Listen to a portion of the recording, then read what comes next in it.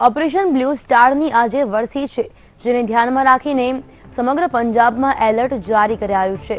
વરસીના પગલે પ્રદેશમાં અર્ધસૈનિક બળોની 15 કંપનીઓ તૈનાત કરાઈ છે, જેમાંથી 7 કંપનીઓ અમૃતસરમાં તૈનાત કરાઈ છે। આ સિવાય 4500 પોલીસ જવાનો શહેરની દરેક જગ્યા પર નજર રાખી રહ્યા છે। દલ ખાલસાના લોકો ગુરુદ્વારાથી શ્રી અકાલ તખ્ત સાહિબ સુધી ગુરુની ફૌજ બનાવીને અરદાસ કરવા પહોંચ્યા હતા।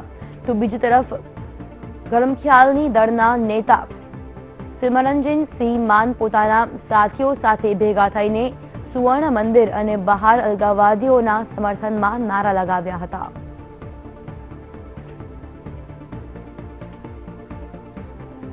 તો આજે બ્લુ સ્ટારની વરસી છે। આપને જણાવી દઈએ, આજે ઓપરેશન બ્લુ સ્ટારની 33મી વરસી છે। થોડા દિવસ અગાઉ ખાલિસ્તાની આતંકીઓ ઝડપાયા હતા। કોંગ્રેસના 2 નેતાઓની હત્યા કરવાનો પાકિસ્તાનીઓ પર આરોપ છે। આપને જણાવી દઈએ કે આજે ઓપરેશન બ્લુ સ્ટારની 33મી વરસી છે।